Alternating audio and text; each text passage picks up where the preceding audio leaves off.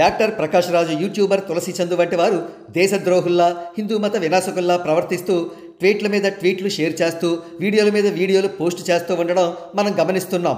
భారత్ పాక్ల మధ్య యుద్ధ వాతావరణం నెలకొన్న ఈ పరిస్థితుల్లో వారి వీడియోలు దేశానికి మరింత ప్రమాదకరంగా తయారయ్యాయి. ఉత్సాహంగా యుద్ధం చేస్తున్న మన సైనికుల ఆత్మవిశ్వాసాన్ని నీరు కార్చే విధంగా ఉంటున్నాయి. ఈ విషయాన్ని గుర్తెరిగి ఆంధ్రప్రదేశ్ డిప్యూటీ సీఎం పవన్ కళ్యాణ్ గారు ప్రకాష్ రాజు, తులసి చందు వంటి వారి చంపలు పగలగొట్టే స్పీచ్ ఇచ్చారు. వివరాల్లోకి వెళితే ముఖ్యమంత్రి చంద్రబాబు నాయుడు గారితో కలిసి పవన్ కళ్యాణ్ గారు తిరంగా ర్యాలీలో పాల్గొన్నారు. అనంతరం ఆయన ఇచ్చిన స్పీచ్ ఎగ్జాప్ట్స్ ఈ విధంగా ఉన్నాయి.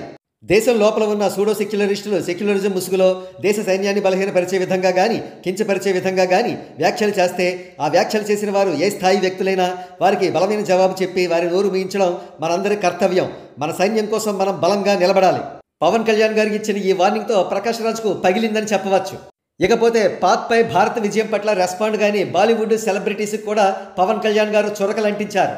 శ్రీ మురళీ నాయక్ 23 ఏళ్ల కుర్రాడు భారత్ మాతాకి జై చెప్పారు. అటువంటి వారే నిజమైన దేశభక్తులు. సెలబ్రిటీలు, హీరోలు ఎవరు మాట్లాడడం లేదంటే వారెవరూ దేశాన్ని నడిపేవారు కాదు, వారు వినోదాన్ని పంచేవారు మాత్రమే. సెలబ్రిటీస్ నుంచి అంతకు మించి దేశభక్తి ఆశించకండి. దేశభక్తుడు అంటే మురళీ నాయక్ లాంటి వారు. మరణిస్తే దేశాన్ని కాపాడుతూ సైనికుడిగా పోవాలి అనుకున్నారు. అతని తల్లిదండ్రులకు ఏం చెప్పగలం? దేశం కోసం ప్రాణాలు ఇచ్చిన శ్రీ మురళీ నాయక్ ఆత్మకు శాంతి కలగాలని కోరుకుంటున్నాను. ప్రధాని శ్రీ నరేంద్ర మోడీ గారికి ఎల్లప్పుడూ అండగా ఉంటామని తెలియజేస్తున్నాం.